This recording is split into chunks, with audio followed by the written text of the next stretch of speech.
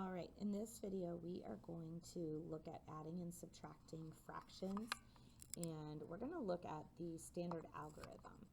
Before we go to the standard algorithm, let's first look at what we would do if we were modeling. And so the first thing that you would do is shade in your 2/3 and shade in the 1/5. So what we really want to do are add these two things together. It's really difficult to add them together without them being the same size. So I just took these lines and brought them over here and took my thirds and brought them over here. So we created two pictures where 15ths is the total, and when I shade up here, I still have that 2/3 and that 1/5. So this 2/3 is the same as 1, 2, 3, 4, 5, 6, 7, 8, 9, 10 15ths. And this 1/5 is the same as 3 15ths. So we really just created equivalent pictures and we just changed, you can see our numbers, but the value didn't change. It's still 1/5 and 1/5. It's still 2/3 and 2/3. Once we have the pieces that are the same size, I can see that I have 10 over here, so I'm going to shade those 10 in, plus I have 3 over here. So our 10 15ths plus our 3 15ths is equal to 13 15ths. While the pictures are great, sometimes we need to be able to do the math a little bit quicker, and so we start looking at what's an algorithm or setting steps in place. In this case, we're actually going to do the same steps, but we just wouldn't have a picture in their place. When adding and subtracting fractions, I prefer to line my problems up vertically, but it really doesn't matter. So when we do 2/3 plus 1/5. So essentially what we're going to be doing is looking for a common multiple of 3 and 5. Ideally, you would want to find the least common multiple, which we already talked about that in class, and you might do that by listing out your multiples. Remember, if they're consecutive, you can just multiply them, and if one is a multiple of the other, then the bigger number is your least common multiple. In this case, neither of those apply, so I'm just going to count by 5s until I come to a number that 3 can go into, and that becomes 15.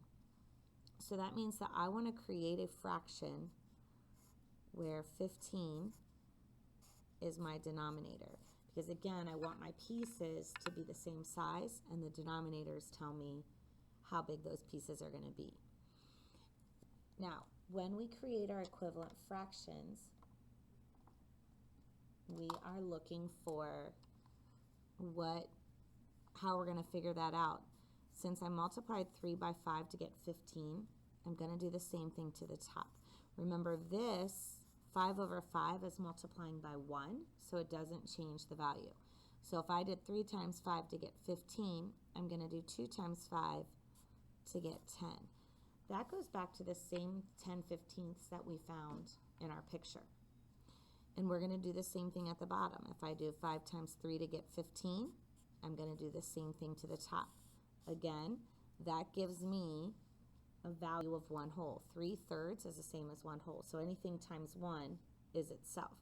We're just creating an equivalent fraction, so the same value in a different form. And so we get 3 15ths. So again, that matches this 3 15ths here. And once your denominators are the same, then you can just add them. 10 15ths plus 3 15ths is equal to 13 15ths. We're going to continue to do some problems, but we're just going to look at the algorithm. We're not going to look at the pictures.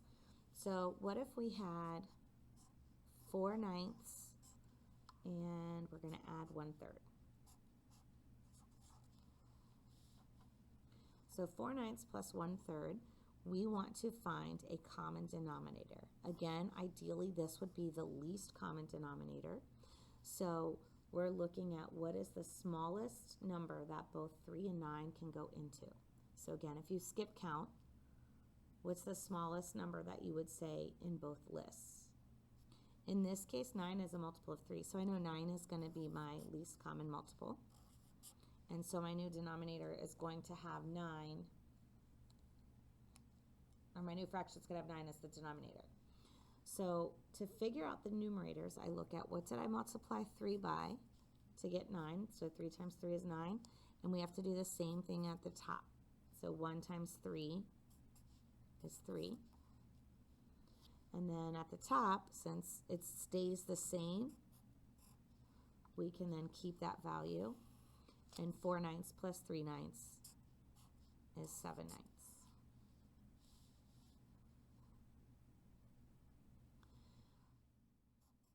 If we do 5/8 plus, let's do 5/6. Sorry, that's kind of sloppy. And once again, we cannot add or subtract our fractions until we create a fraction where the denominators are the same. We're going to be looking for the least common denominator, or the smallest number that they both go into. That is ideal because it allows us to work with smaller numbers. When I look at 6 and 8, you might be thinking 48 would be the least common multiple. 48 is a common multiple, but it's not the smallest. So remember, if we're looking for the least common multiples, we first look at, are they consecutive? Is one a multiple of the other? And my answer is no. So I'm going to list out multiples of 8 until I come to one where 8 and 6, or where 6 can go into that. So 8 times 1 is 8. 8 times 2 is 16. 6 doesn't go into those. 8 times 3 is 24. But 6 does go into 24 because 6 times 4 is 24. So 24 is going to be the least common multiple.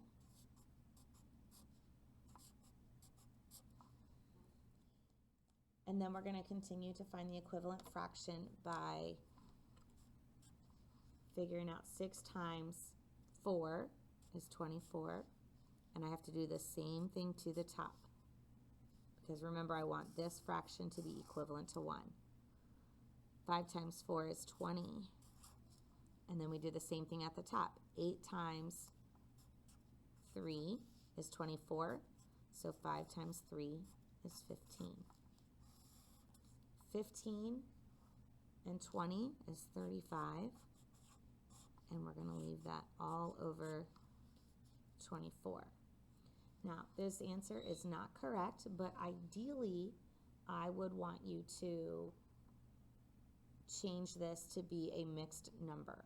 So remember, our fractions are a division problem, so 35 divided by 24 is really what we're looking at. So if you came off to the side and you did 35 and you divided by 24, you would see that it goes in one time and subtract, and you would have 11 out of 24. I also like to separate this out and say this is the same as 24, 24. So I like to create my one whole and then see how many is left, which you would also do by doing 35 minus 24. And so 24 24 plus 11 24ths is that 35. And then I can see that that's 1 and 11 24ths. So there's my one whole and my 11 24ths. All right, let's do one last one. Let's do 2/7 plus 5/8.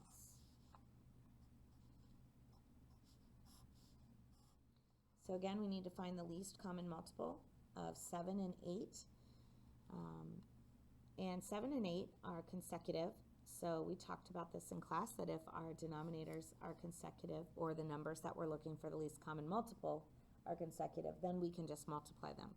So I do know that in this case, my least common multiple of 7 and 8 is going to be 56.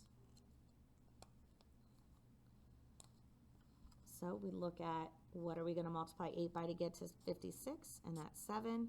So we do the same thing to the top. That gives me 35. And up here, I'm going to do times 8 to get 56.